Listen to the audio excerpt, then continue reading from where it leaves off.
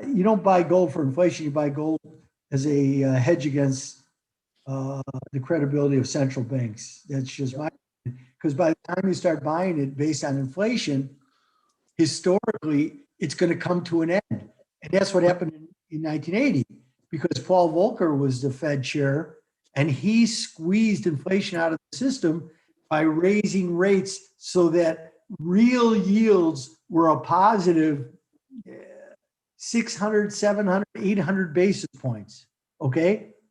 Well, that'll get investors thinking, which is, hey, I'm not going to borrow money. It's too expensive. The real cost of money is too high. I can't generate enough return. And you start the system on a slowdown, which is exactly what happened. We're not doing it at this time. Now, if the Fed tomorrow said, hey, we're a little concerned. We think the economy is going to run too hot. Everything that we told you are concerned about the employment situation for minorities and the most vulnerable in the system, forget it. We're more concerned about inflation. And they raised the Fed funds to 2% tomorrow. This is all hypothetical. So let me stress that. Don't practice this at home. I promise you gold would be at 1,300 in a very quick fashion, because the markets would say, okay, the Fed is serious. No, absolutely. Right? So, and then the dollar would rally. But if between Secretary Yellen and Powell, who I believe is going to be replaced by himself, I think he's going to resign. That's just my guess. And allow Brainerd, and it will allow Biden to choose his own Fed chair. He'll say, I'm here if you want me, but I know if you want your own. And the relationship between Brainerd and Yellen is so close. Not to say that it's not with Powell, but Brainerd is the one who's been most forward thinking on the yield curve control issue. And if the Fed is truly going to stay focused on the employment part of their mandate, I don't know how they can do this without invoking some type of yield curve control, which is, making sure that yields on the long end, that they'll say, we'll buy here. We don't even know how much they'll buy, but all they do is have to say, we're here to buy our 120 billion a month, and we're going to do it between 5 and 30 years, and mostly between 10 and 30 years. So we're basically daring the market to keep putting pressure on the long end of the curve. Okay. Look, I read real. Oh, keep going. I'm sorry. No, I'll stop. No, I was just going to ask you if in the last couple of weeks does it look like Lagarde is implementing some yield curve control on the back end in with the ECB? It's a very good question, Matt. And somebody asked for that yesterday. That totally didn't. It was a two-part question. She answered the first part and conveniently didn't answer the second part. Now, I believe that all you do is have to look at the interest rate market in Europe. Mm-hmm. Of course, the ECB's already been doing yield curve control. That's why Italian yields are at 60 basis points. That's why Greek yields are at 60 basis points, because they come in, they buy. Now, because there is no euro bond, they do this step by step by step. There's 19 instruments that they can buy. And what do they buy? They buy the ones that they believe are most vulnerable. So that's where they have the greatest impact. Now, we can test this in real time, because right now, today, Italian 10-year yields are up about 3 or 4 basis points. Germans are down about 2. So let's see if there's a late rally. Yeah, and you know what? I'm going to play with it. So I'm going to buy some Italian and see if they come in. Now, it's a speculative play, of course, but I think that they are actually been doing, and that is yield curve control. She prefers not to call it that, but it functions as it. It's just harder to discern it in Europe because there's, we're getting a little bit of a euro bond, and she's talking about that with the PEP program, which is the Pandemic Emergency Purchase Program. in essence, yield curve control. I mean, if that's not yield curve control, you're going to have to explain to me what is. That's what I see. So, yeah, it's going on. It's because instead of compressing, how much more can you compress German 10-year yields? They're at negative 52 basis points. And again, Lagarde stressed at her press conference yesterday, flexibility and discretion of the European Central Bank in what she called their 1.8 trillion envelope. Well, we're not going to, it's not a hard thing. We'll figure it out, and then they can always come back and smooth it out anyway. That's what Draghi had said too. So this is going on. Yes, I believe that they're already doing yield curve control. Yeah. But if the United States, and you know, there was a lot of discussion about yield curve control back in April, May, June, July. Brainerd delivered a paper on in that period. She was out talking about it. Even Richard Clarida was talking about it. And then all of a sudden we get close to Jackson Hole, and they have not uttered the phrase yield curve control. Not Powell, not anybody. I think they got a little bit nervous because that's when the dollar started getting hit and gold went up over, what was the date that gold went over 2,000? Let me see. It was, oh, I'll tell you right now. We don't have to guess.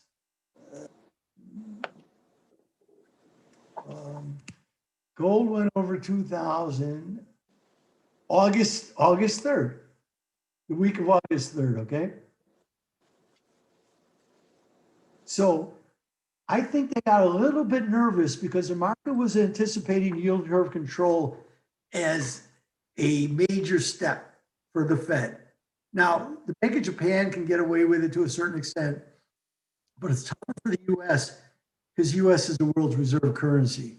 And when you go down that road, I think it caused, like, that was just too much. I don't know that factually. I just see what the pricing in the market has done.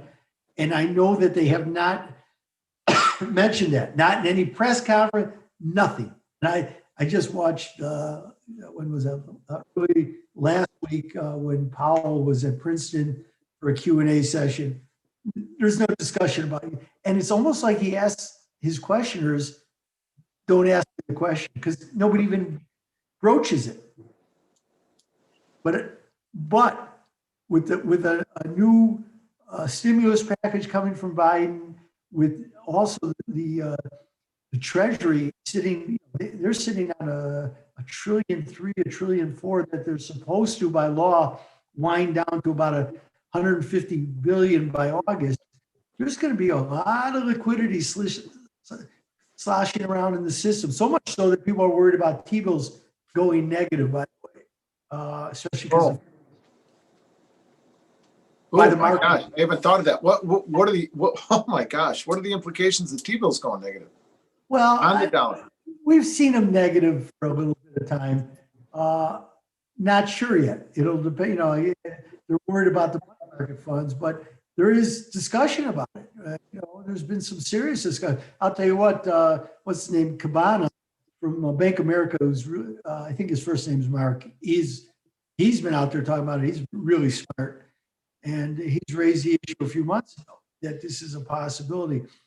So, and especially because the Fed is doing most of its purchases on the short end. So there's a squeeze on T-bills. And, you know, 2-year notes, which, you know, keeps, they're worried that they're trying to push them out further, but nobody wants to say yield curve control. But I'll tell you this, if you get an official yield curve control, if Powell resigns and is replaced by Brainerd, now I say if, don't say that, well, Ira said, I said if, that will be a signal to me and I will get short dollars and long gold. Because I think Brainerd, and Chris Whalen wrote a beautiful piece about it last week. He was a little rough on Brainerd. I wouldn't go there, but I would think that the market would view that as a signal that we are going to come to curve control. Because there's a lot of issues if you let the long end of the curve go higher, by the way. Will you curtail? Well, whose first question was Jimmy? Who asked that question? Jim Tassoni, yeah, Jimmy. So, Jim, you know what? If mortgage rates started going higher, then you would slow down the housing, but they don't want to slow anything down because, again, listen to Powell, and all he talks about is the employment situation, right? And even Biden in his when he gave that Inaugural address? not on his inaugural address, no, but when he gave that economic speech last week, and he used the same phrase that Powell uses, no fault of their own. So they're on now. Wall Street, a lot of the analysts I read from Wall Street, they don't even mention this. So all they're looking at is inflation, and it leads to, of course, the 30-year being sold off. But I don't see it. I take Powell at his word. And until unemployment, you know, my question has been for the last 9 months, and I was wrong I was way off of my levels, where I said if by December 2020, if unemployment was at 9%, because we were coming down from 14.5, 15, inflation was at 6% headline, would the Fed raise rates? And the unanimous answer was no, of course not. Well, now I'll ask the question for the next 6 months. If unemployment makes it to 6% and inflation is running 4% headline inflation, will the Fed raise rates? Well, theoretically, we would think they would, right? But but all we can deal with is a theoretical. We don't have any real proof per se. So we can only deal in the theoretics. And what Powell has been overly concerned with, I'm not going to say overly concerned with. That's wrong. What he has been most concerned with, by his own admission, is those who are most vulnerable losing their jobs and having their wages cut. Right? Mm-hmm. And the Biden administration is hell-bent on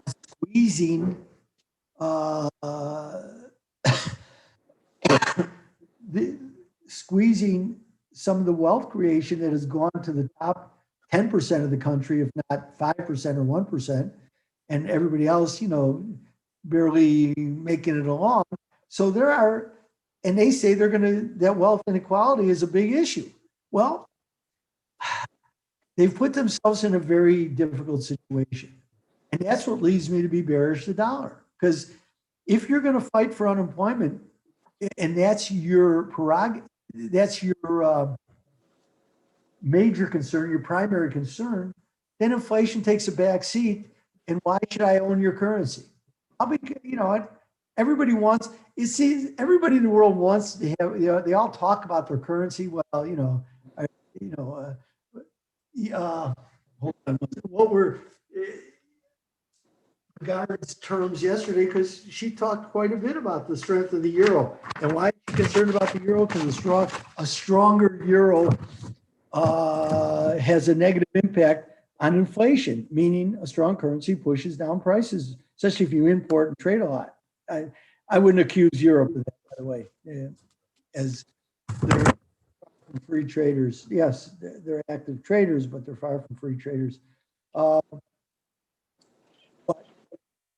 this is a real problem. But if I saw anything that gave me the hint of yield curve control by the Fed, I already believe the euro is doing it. But I think the euro goes higher, and this is what everybody has to live with, because the U.S.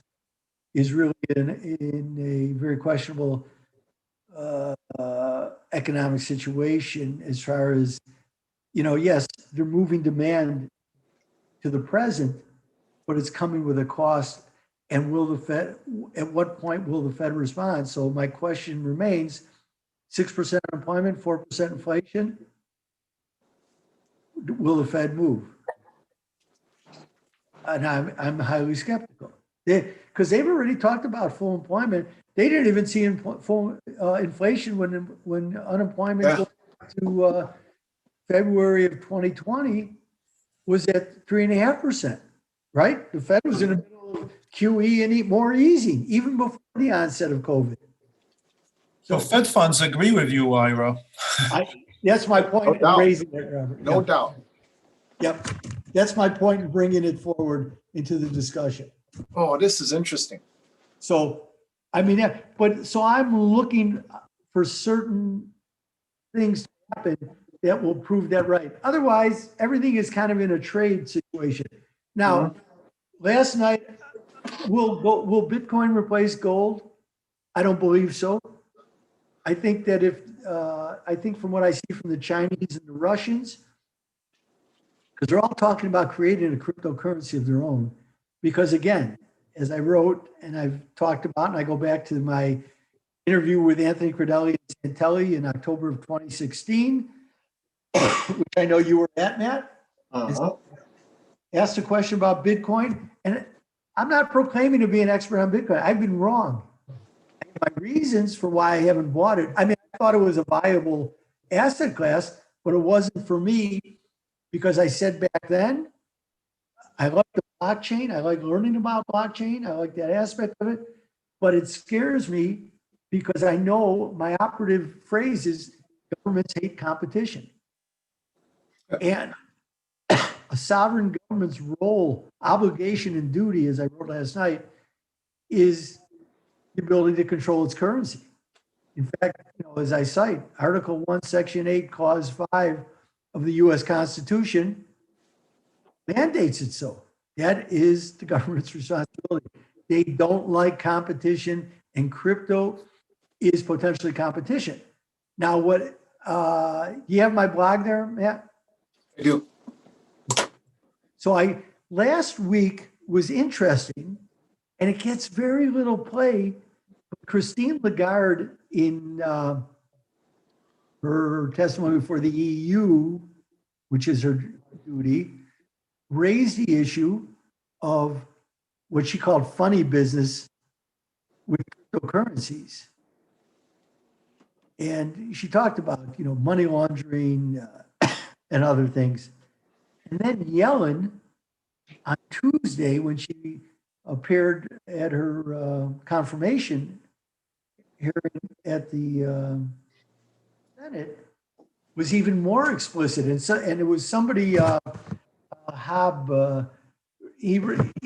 she was very explicit in what she had to say. Hold on. Well, read it. Read what I put in there. Well, no, never mind. I'll get it. I'll get it. I promise you I'll get it. I'll put right up. Hold on. Let me go to it. I'm sorry. Give me a minute here.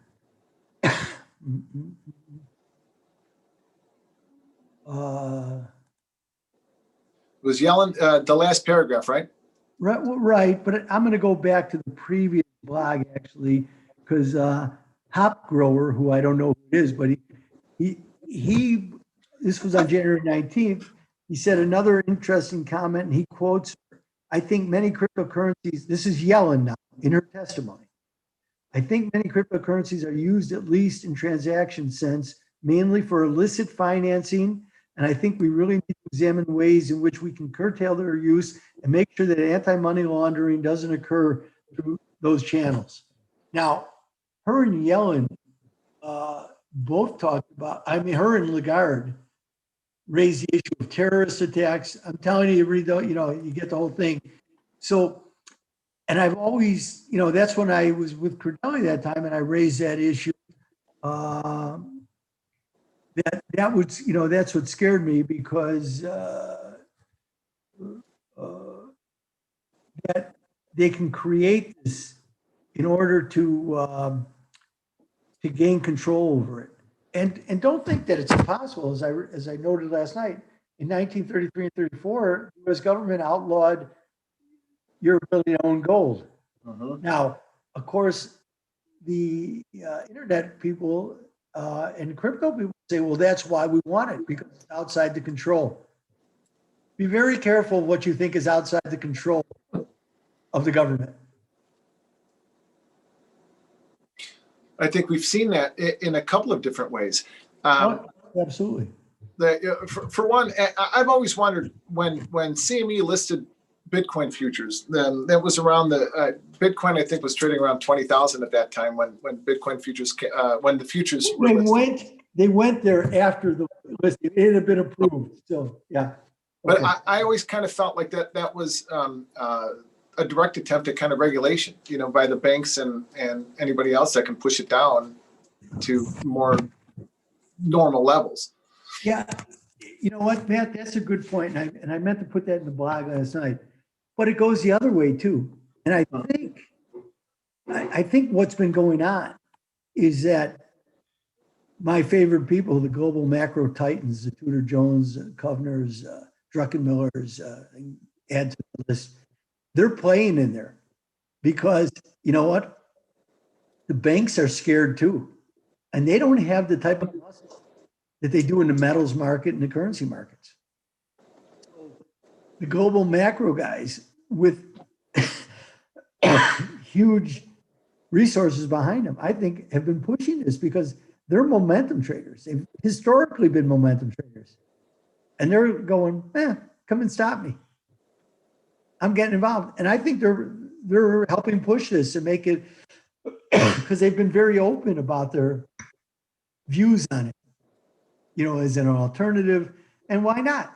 And I think this is caught, as I talk about with Lagarde and Lagarde's comments, as I quote her in full. So let me put there.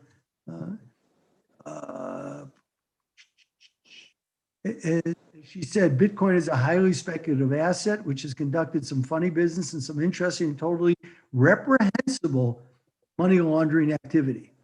There has to be regulation, right? Yeah. Oh, yeah.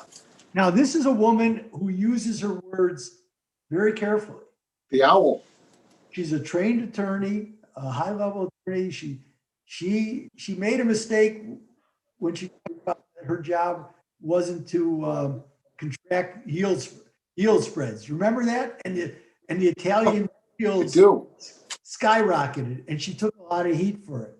So she's careful in her words. So that's really promotes that they're absolutely doing yield curve control because she saw the market action. She says, well, we can't allow that. And she took a lot of crap for that. That was right at her beginning of her ECB presidency. So that really, I know that she's doing yield curve control because that's what she now sees as her job is. She can't allow Italian and German yields to differentiate so much that it impinges any type of fiscal stimulus from the Italians. She's very careful about that. But this is the world in which lives. So she's careful with her words and then yelling a week later. And by the way, the British financial regulators warned that you would probably lose all your money, in crypto. They wrote a piece also about 10 days ago. So I find that fascinating. It just, and hey, I'm not long. So I'm not one to say, oh, I've had this. No, I'm not, because I've been fearful. And I absolutely trade it up, trade it down, make all the money you can. I would just be careful with it as an investment because this type of rhetoric keeps raising its head. My head is up. And that's the only reason I wrote that blog about it. You'll do what you have to do. People want to be involved in it. I get so many phone calls. I said, I'll tell you what I think about it. I love the blockchain aspect, and that'll eventually win out. But where it goes from there, I can't tell you. I fear the government. I always fear the government. It's why I'm at heart a libertarian.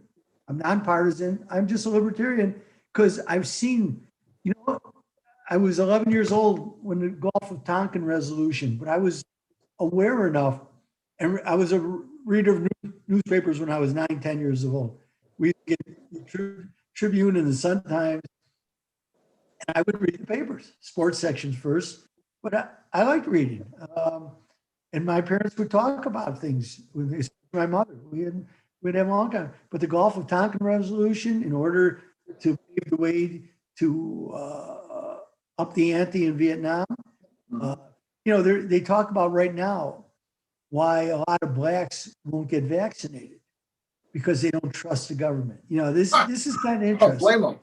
them. Well, and that's because, and I've known this because, you know, listen, I loved being on the floor because there were a lot of young black kids who worked, and you really have great discussions with them. You know, Yep. Robert Lord and I would talk about things. I love talking, you know, and we would talk, you know, you're standing around and so many others, and they would tell you things that bothered them. But in the 50s, people forget that the government was doing experiments on syphilis, and they were using blacks to run it's called the Tuskegee. Tuskegee experiments, yeah, on syphilis. On syphilis, yeah. So, That's horrendous. I mean, that's evil. hey, let me tell you what, they were also running lots of his experiments, and I would have volunteered if they would have done it later on the use of LSD for mind control. Oh no, in the 50s also, because it was just coming out and spreading out from Switzerland. I think it was Sandoz Laboratories, and you know, they were looking at it for mind control. You know, it was the 50s. You know, everybody talks about how bad things are now. Really? You lived through the Red Scare. Oh, sure. Activities, all the people turning on each other. How, you know, come on. There's been a lot of bad shit that takes place. So I'm not, listen, I hope that the government always does the right thing. But I'm aware enough to always keep one, you know, I sleep with one eye open, because it's not like they haven't been involved in things that I don't think are, you know, have been very healthy, but you know, they pass it off. In the 50s, they passed a lot more things off because, you know, there was a better dead than red. There was a commie under every bed. You know, come on. And it was true, by the way. No, you know, sure. they were not, you know, with what's his name from Wisconsin, McCarthy? Joe McCarthy. Yeah. And all the others. You know what? It's a nasty time. It was a nasty, nasty time. The early throes of the Cold War were not healthy in any democratic fashion, and we came out of it. But Yes, we did. we also came out with the Korean War, Vietnam War. Hell of an expense to be paid. Inflation. Yeah, yeah. Well, because they, you know, Johnson, of course, didn't want to raise taxes. Ira, if you Yes, don't Robert. mind, you just brought the other question when you mentioned wars. Yeah. You know, taking politics away, just observation. During Trump 4 years, there was no any other wars started. That's a great point. And it seems like that was not his, but I guess the group's administration's idea of slowly work back the, you know, Pan-Americana AMECAP over the whole world attitude. Now, do you think Democrats will go back to the old ways of stirring up the trouble in Syria or Iran or somewhere else? And, you know, I'm just looking, are we going to be for another cycle of military conflict? That is the real question. You know, Robert, I look to see, I'm watching very closely who he picks for positions. I think they're very careful, and they know they have to rebuild America before they go off on any. But I don't think this group. I don't. I think one thing the Democrats learned is that they have to look at Trump and go, hey, as much and as bombastic as he was, and he did a few. You know, of course, he did some. He dropped that. What was that bomb? The bunker blaster. Oh, yeah. Oh, It's Iran or something In Tora Bora. outrageous like this in Iran. Yeah. Yeah, in Tora Bora. He shot, you know, and things, but he was very careful. You know, it was surgical, almost taking a page from the Israelis. in how to go about it. And he did not,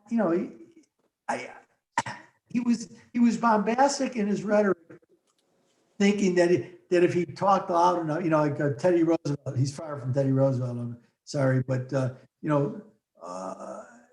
well, no, he was the opposite of Teddy Roosevelt. He talked loudly. We don't know what kind of stick he carried, but he believed that you could, and I think there is some truth to it.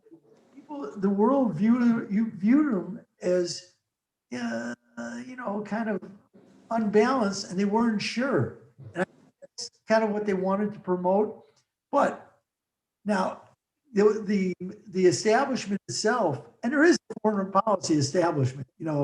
You can call it deep state, you can call it the swamp, you can call it whatever. There is a long-held foreign policy establishment, and educated in that realm, and having read so much of the literature, and I still I still read foreign affairs, I glance at foreign policy, and because I know that's where policy thinkers go to write to get their thoughts out there, because they want to bounce them off. So I'll read it. I'm not a fan of the foreign policy establishment, only because I think they've had so many things so wrong. They missed the fall of the Soviet Union. They missed it. What do you mean? They didn't see it coming. Oh, no, yeah. I'm telling you, I have a very good friend, Kevin McCarthy. We were in graduate school together, and he wrote a paper in 1977,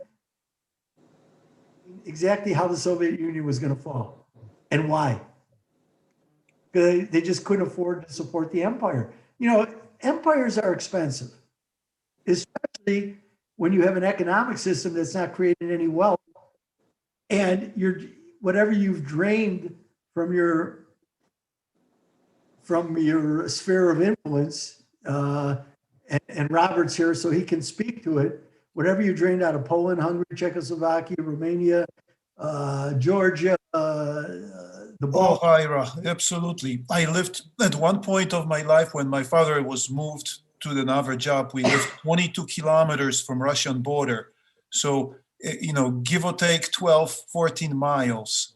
And we frequently played soccer on the opposite sides of the border as a Boy Scouts and, other stuff. But the point is, we knew the railroad workers' kids very much, and we knew what's on the railroads. And it was unbelievable drain of, anything from sugar beets to coal to steel, all the way Russian way. Heavy trains were going always that way. Empty carts were coming back.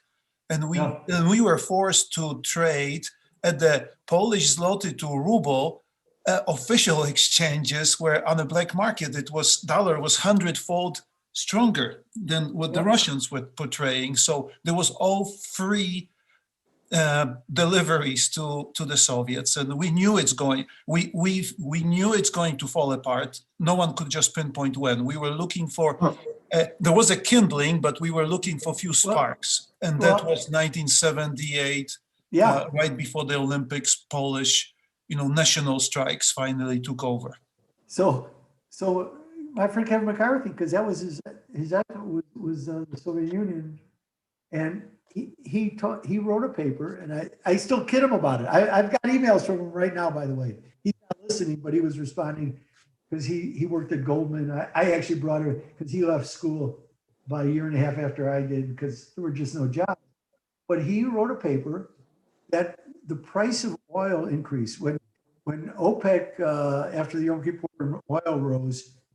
It became a huge drain for the Soviet Union because they were subsidizing Poland as they were draining them of other things. They were giving back oil because the Soviet Union, of course, was producing so much oil. But as the price of oil went up, the cost of maintaining the empire became too expensive. It was much easier at $1.80 to $2 a barrel. That's true. That was the other thing. That was the reverse of the bad exchange policies. Right. And so that the Russian oil has heavy tar content. So the Plotsk refinery guys, where I also went to work there during summer, they were complaining that sweet crude from Saudi Arabia is just so much easier to process, and it costs a lot less. And we were forced to process mostly the Russian heavy tar, sulfur stuff that no one wanted. Are there any are there any analogy, or are there any, is there any conclusions to be drawn from the break from from WTI from 120 all the way down to -36 in maybe moving the dollar away from world reserve currency status, in kind of the opposite way? I don't know if I'm being clear enough. There's some people who perceive that because you're on the dollar oil standard, as a lot of people would say, because, especially for all commodities, as long as the dollar sustains itself.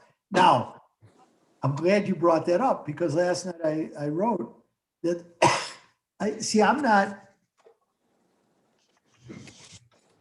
one of the interesting things that's taken place since May 25th is the movement in the yuan. The yuan has rallied 14%.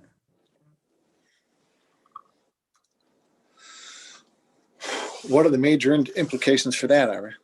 Well, that's especially with it in the basket of the SDR currencies. Well, to me, and it is interesting, the high was made the week of May 25th, which was also what I call the Schweibel pivot. Yep. And the euro also started moving up, but I thought the euro was, as I wrote in real time over that Memorial weekend, that was an important event. And that's when I became very bearish the dollar. But the Chinese, to me, and I know I've talked about this with Robert, and I've talked this with Rob, is this: commodity prices have rallied very strongly off, and I'm not going to use the bottom it was made, because when everybody panicked in March and April. But commodity prices, we have soybeans that got over $14. We had wheat get up close to $7. Oil, as you say, but we'll talk about the oil because that's a different event. You had so commodities have rallied, and it's rallied as the Chinese currency has rallied. So my thinking is that commodity prices have far outpaced economic activity, because global GDP just over that, let's smooth it over the year, isn't that strong enough to drive the type of rally we've seen in commodity prices, iron ore, copper, we can go on and on, grains, certain energy. So it has. So my feeling is Chinese are busy stockpiling. They're using the strength in their currency and just stockpiling all kinds of things. Let me clarify a little bit, or just make sure I've got it. And I've been watching the Bloomberg Commodity Index since you introduced it to me a while back. It's struggling at the 200-week moving average, which is where we were when this whole COVID thing started. By the way, the 200-week, not the 200-day. All right. So just to be clear, as the commodity prices are continually globally rising, are far outstripping GDP, what's the catalyst to driving the price of all of these? It's the Chinese stockpiling using the strength of the yuan. Yes. Is that exactly what you're saying?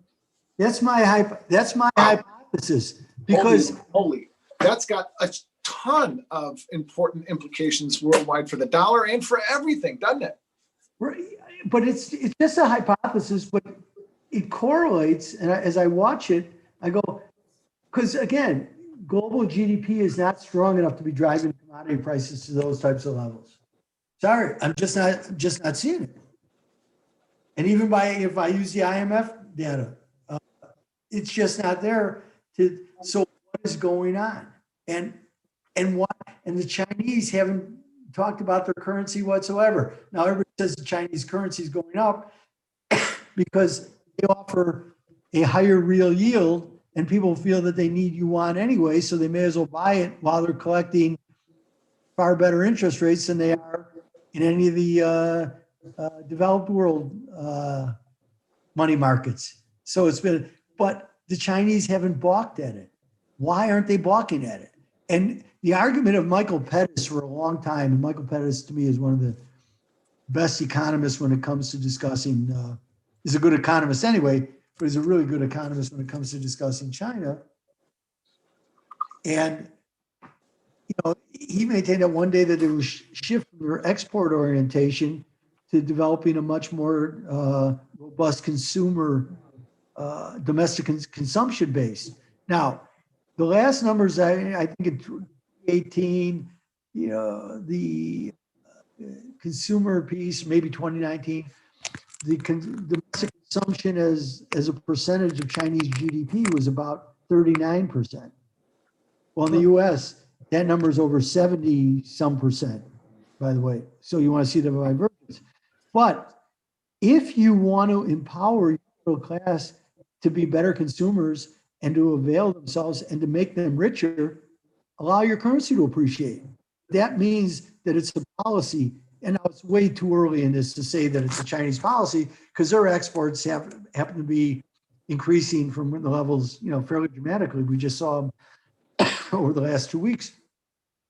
So it's just a hypothesis, and it's based on what the currency is doing, and that the Chinese have not said boo.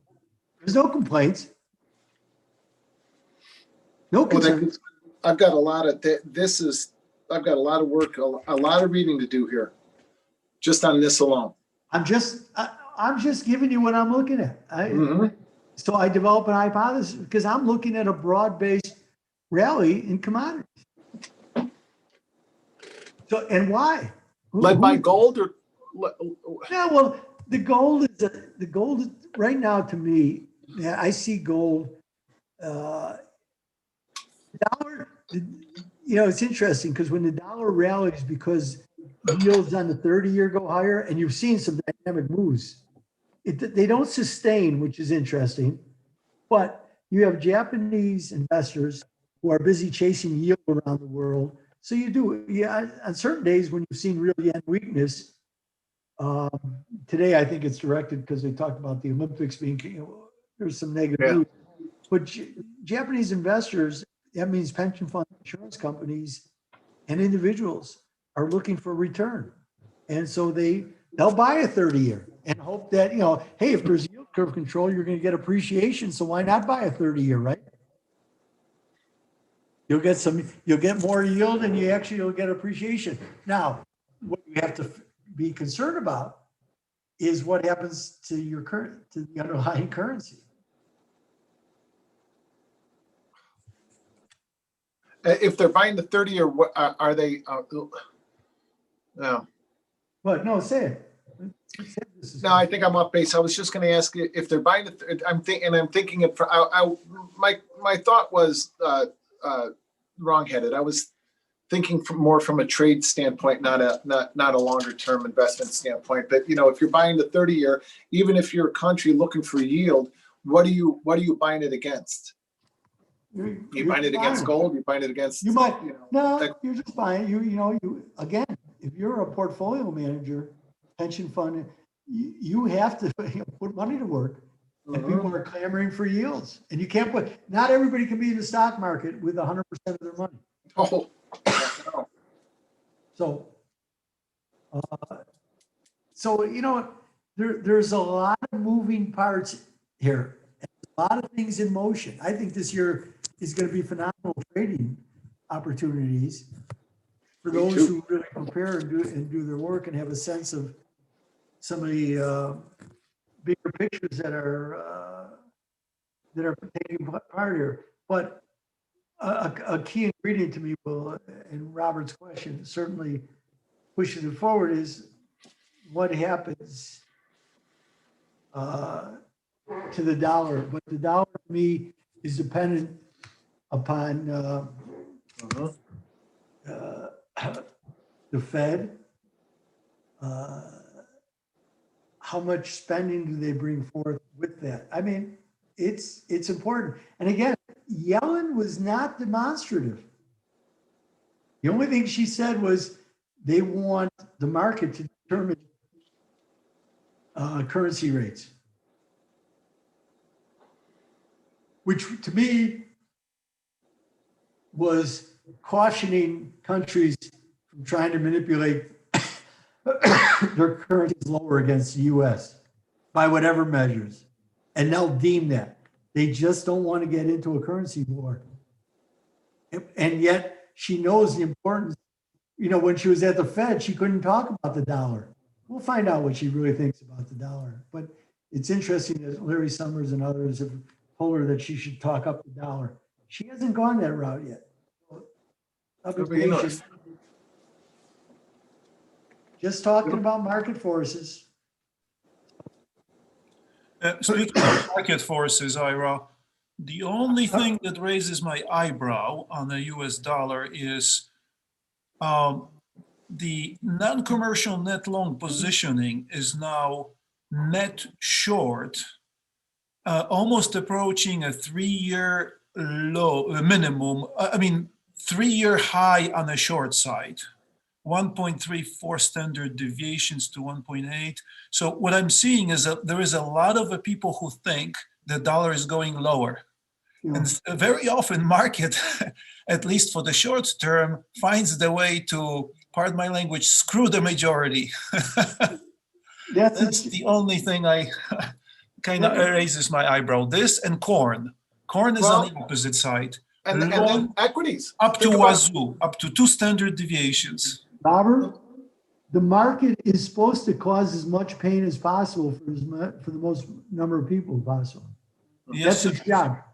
Unfortunately, see, that's what the Fed has denied the market. You know, now you had, what's his name, Seth Klarman, wrote a piece a couple of days ago, the FT picked up yesterday, talking about that the Fed is responsible for breaking the stock market. Now, Santelli and I have for 10 years talked about the Fed breaking the bond market as a signaling mechanism. Oh, say that again. The Fed, can you say that again? Yeah, the Fed has broken the bond market as a signaling mechanism. Oh yeah, okay, yeah. And the proof will be when they're forced, again, the proof again will be when they're forced to institute yield curve control. Because if they let the long end, if they let the market have its way with the 30-year or the 10-year, how high, you know, this is what Louis Gavay and I talked about on that podcast of 2 weeks ago. I had to listen to that 4 times before I even understood it. He's great. So, you know, and he had said 2%, you know, and Mike Temple, one of erstwhile blog readers who's a really bright guy, said 2%. And Mike, in a discussion with me, said, I think at 1.5 they'll institute control. Because Lewis said on the 10-year, 2%. He was convinced. So when we had that podcast and I brought it up, because I said 1.25. I said, I don't think they can allow it to get above 1.25 based on current conditions and what Powell has said. And then Lewis said, by what he saw in November, December, because we did the podcast, I think the first week of January, by the numbers he saw in December, he thought that they were already instituting yield curve control by the number of 10 years they were busy buying when the yields got to 95, 96, 97 basis points. So he had moved dramatically. But he said, oh, I'm glad you brought that up. Well, it wasn't me. Mike Temple really got me going on it. So it is something to watch because, again, you know, the issue politically in the U.S., okay, and that's why the MMT crowd, they're not concerned about it.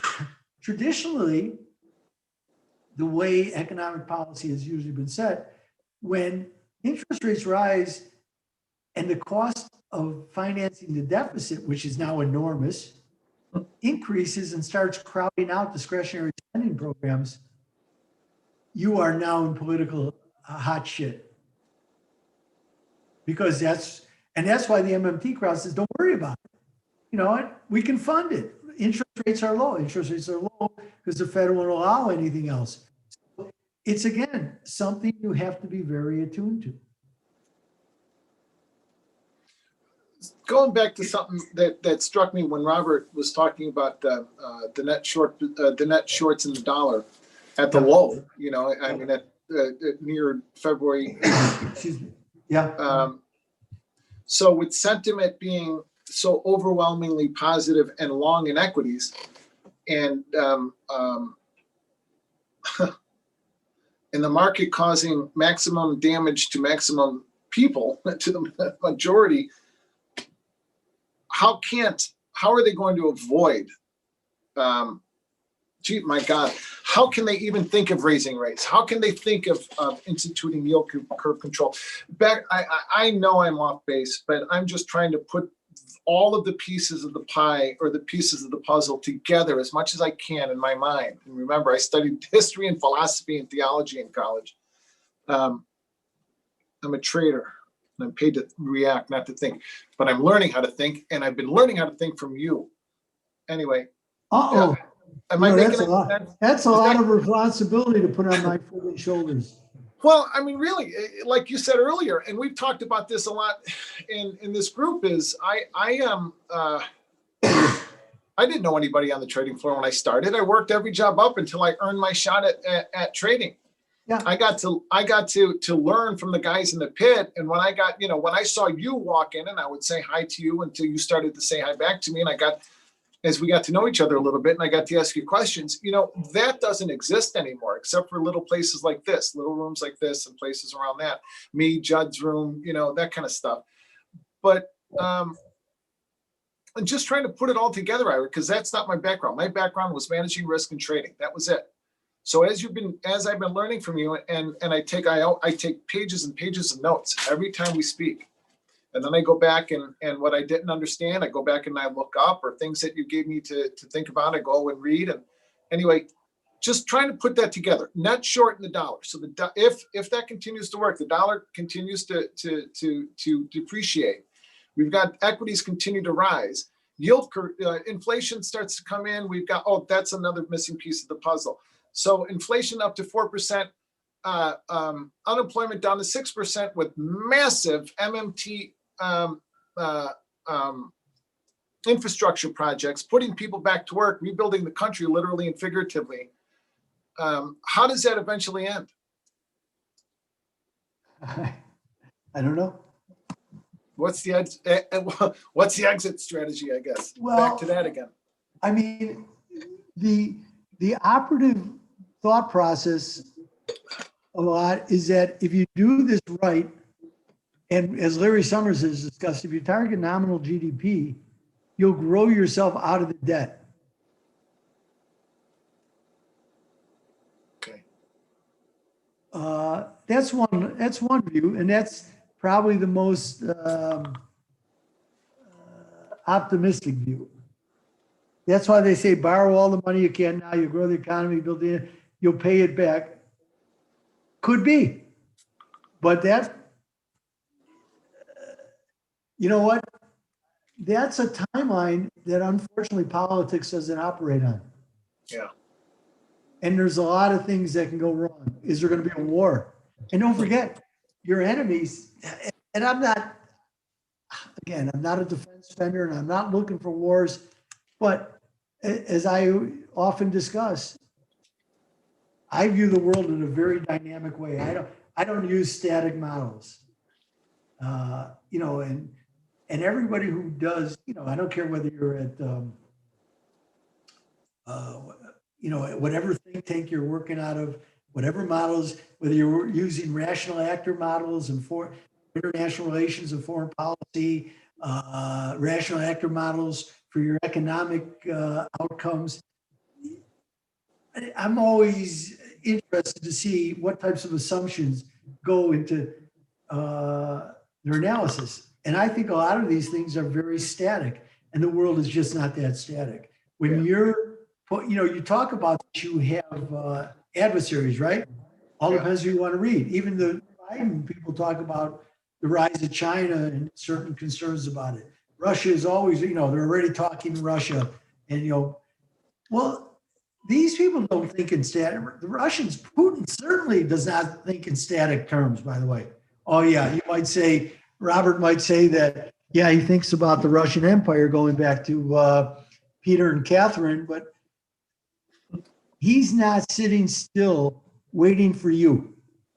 And that's what I mean. The Chinese are not sitting still waiting for you. Not that I don't think the Chinese are nefarious, so maybe I'm off base, maybe I'm an idiot and I'll pay for it. Okay, I got it. Not the first time. Not the first time, but they're much more dynamic in their thinking. So as they see you struggling, what is their response if they're truly an adversary? Global politics is and global macroeconomics is not a team sport. Yeah, it's a difficult, arduous road. But that's, I hope I answered. That's the things that I'm looking for. And on that, I know somebody asked about the 50-year bond. I don't know, Yellen brought it up, or somebody asked her about extending it out as far as you can. But everything that I've read, first of all, there's the Treasury Borrowing Advisory Committee. Okay, you can go look it up and see who's on it. I'm not a fan of it. They're the ones who advise the Treasury on how they should structure their borrowing timeline. Will they go out 50? The Fed, as Mnuchin said, when they were thinking about it, you wouldn't do enough to make a difference. That was really his response.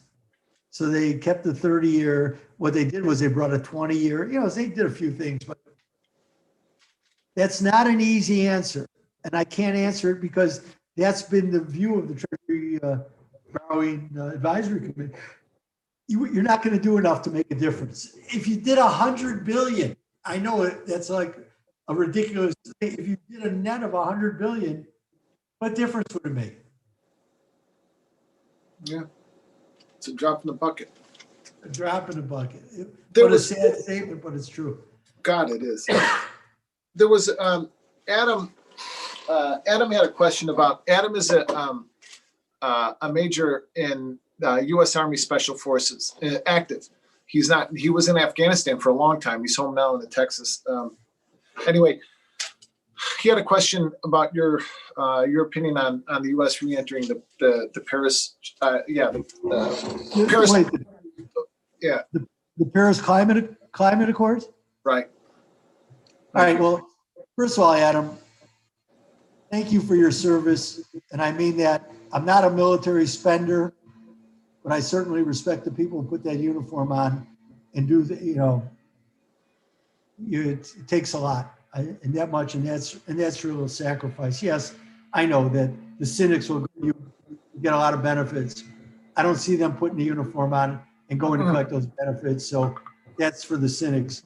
On the climate accords, Biden will have to join it because that's part of his promise.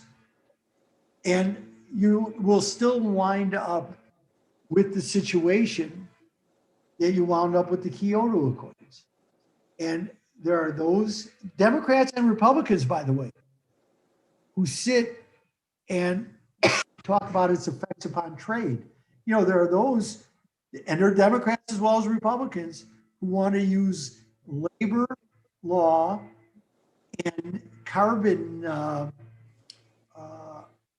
outputs as to tariff, to place taxes on imports, be it from Mexico or China. So this gets really tricky. And I really, for the last 3 days, I was listening to the, hold on, I have to have the right word here. I think I got rid of it. It was an energy conference. My daughter-in-law is very involved with them. In fact, she puts it together. I just want to make sure. I always want to call them the Atlantic Group, but that's really not what it is. It's, let's see. Shoot, I'm stupid. But they had really long discussions about it, and you know, there's a cost to it, and there's so much politics in it. Hold on a second, I'll call you back. There's so much politics to it that we'll see how they'll impact it. They'll join it, but it doesn't mean that you're going to get everything you think out of it. And let me tell you something else. The markets are actually doing, and that's one of the things I love listening to this conference about.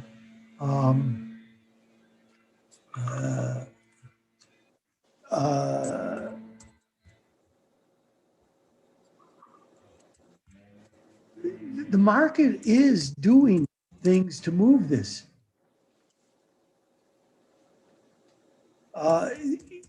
You know, you got a guy like Elon Musk. So it's the Atlantic Council, and usually this is always held this time of year. It's usually in Abu Dhabi. But it was interesting to hear people's viewpoints on it, you know, using natural gas, or this is not so easy. And then you had, of course, the Germans after Fukushima, you know, with the disaster in Fukushima in March of 2011, I believe that was, that they, you know, Merkel moved away from nuclear energy. Of course, they're still burning the terrible brown coal. So there's no easy answers. You know, speaks in platitudes. I don't have time for platitudes. Show me action. I look to engineers who are problem solvers. I don't need platitudes. So let's see. But I think that there are a lot of things. Hey, I don't know if Rob's on or not. And Robert certainly sees, when I drive through Amarillo, I see massive windmills, thousands. So there are things going on. Yeah, is it government subsidization? Okay, but government, you know, subsidizes a lot of things through the back door. And if we're better for it, you know, I don't know. I'm not going to argue the science. I'm not good enough to argue the science. Do I think man has an impact on the environment? Sure. If it doesn't destroy you economically, and you can take yourself, your carbon footprint down dramatically, and do it in an economic fashion, which we're starting to do, you know, via wind and solar. And I know Dieter Gruen, who's a brilliant, he's 99 years old, maybe 100, who's working on different solars. He's got patents, and he's a guy who I talk to. So, you know, you're like, you know, Pascal, you know, the great mathematician, European mathematician, and at the time of the Enlightenment. And, you know, somebody said to him, wait, you're so logical, you're so imbued in math, how can you possibly believe in a divine force? He says, so if I believe in that and I act accordingly, and I've led a better life, I'm all for it. If it turns out not to be true, I've been a better person. You know, kind of way I look at the clean energy. So if I can reduce my carbon footprint, because it seems to have a warming effect on the globe, and I can do it in an economic fashion, okay, what's the difference? And you're seeing it. It's not like when I was young, back in the 70s, and there's no question that the large petroleum companies, anytime that there was a patent or some type of scientific advancement towards this, they were buying it up and shelving it. It was kind of silly, but you know, they were protecting the oil fields. Now, even today, there's some of the biggest components of some of these things, you know, from windmills to solar, you know, they're behind it. And even in the Mideast, you know, a lot of what people I heard, there was a Kuwaiti minister who I heard yesterday about the, you know, the importance of natural gas, and it's driving hydrogen production. There are so many, my point is, there's so many things going on, and there's so much money pursuing it. I think the market's going to make it all doable anyway. So that's my response to the Paris. If it disadvantages you, I can see why you don't want to be part of it. because if it drives your costs higher and there's really no, and you're speaking in terms of platitudes of global benefits, you know, it's a hard thing to get your population to swallow because it becomes a tax on you.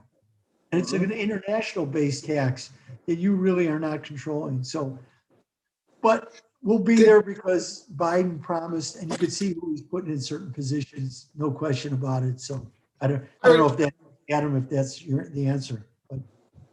But did the, what was it, 06, 07, 08, the CME list carbon credits, futures on carbon credits? Did that market ever take off? I don't know. I don't want you. I should know the answer. I don't. You know, I had back in 2000, 2001, I had a few long discussions with one of my favorite people, Richard Sandor, Doc Sandor. Oh, yeah. Who started the Chicago Climate Exchange. And we had long talks about it. And look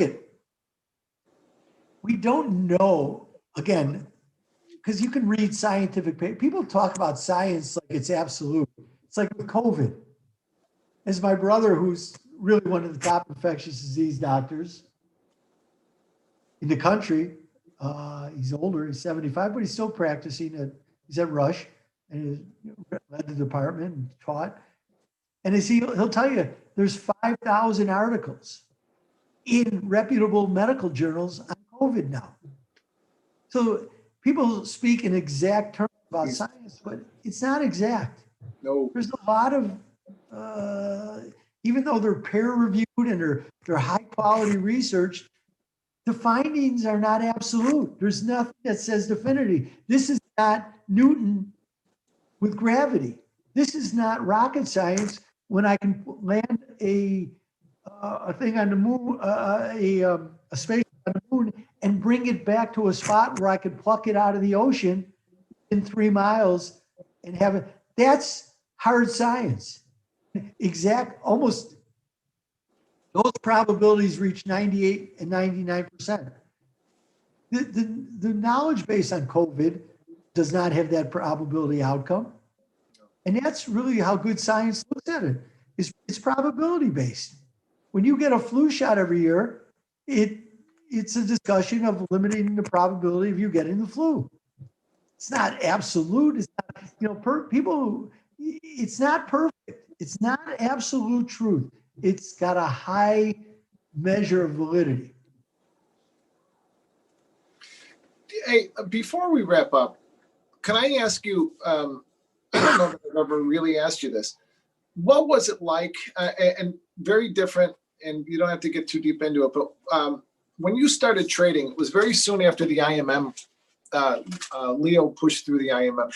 Doctor, when you were mentioned Dr. Sandor, it made me think of it.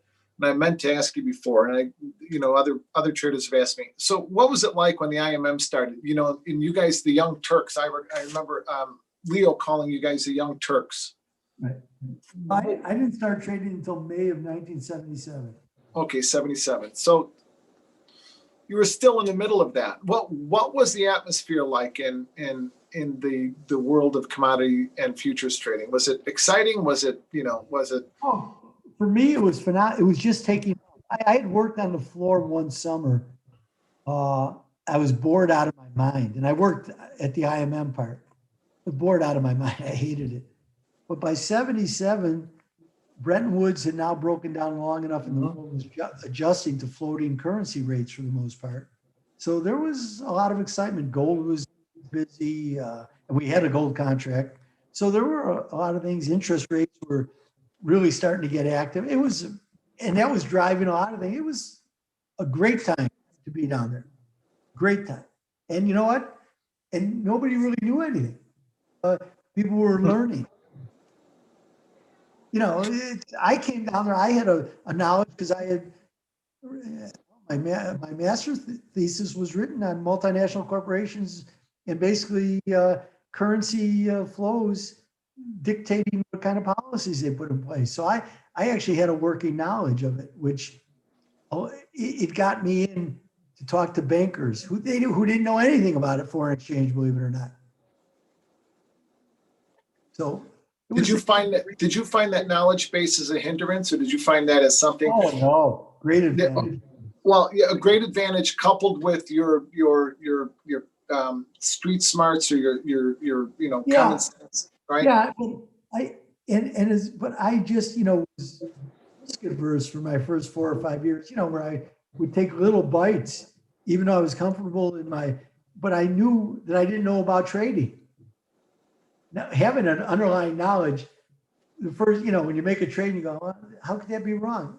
Trading and that knowledge base are absolutely, until you can combine them,